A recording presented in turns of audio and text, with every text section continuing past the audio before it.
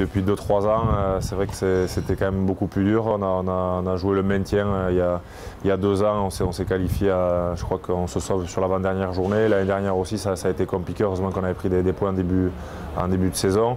Mais voilà, on voit que c'est un championnat qui est de plus en plus relevé, qui est de plus en plus compliqué. Aujourd'hui, il y a encore 3 équipes qui vont se battre pour le maintien. Il y a 9 équipes qui se battent pour entrer dans les 6 premiers. Bon, voilà, c'est vrai que sur 14, ça ne laisse pas beaucoup la place à l'approximation, à l'à peu près, et surtout au manque de résultats. Et bon, c'est ce qui nous a fait défaut cette saison.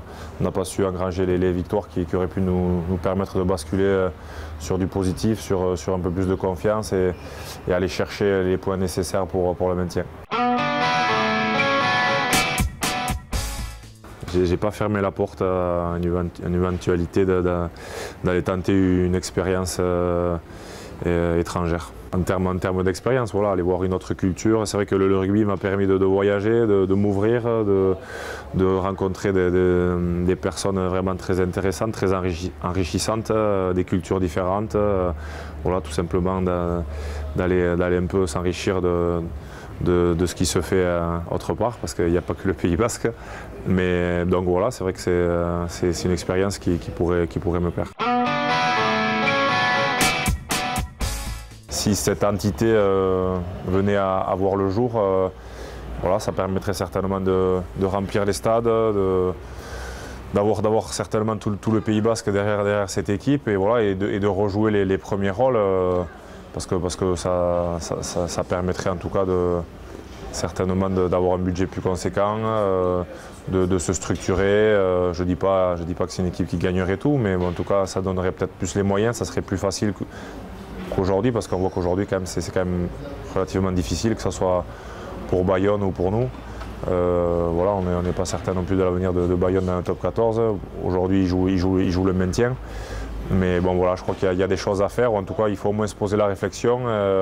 C'est vrai qu'au mois de décembre, quand les 2 présidents se sont rapprochés pour en tout cas étudier la création d'une entité, voilà, voir un peu ce que ça engendrait comme conséquence, voir la faisabilité du projet, voilà, mais au moins aller jusqu'au bout du projet, après voir si c'est viable ou pas.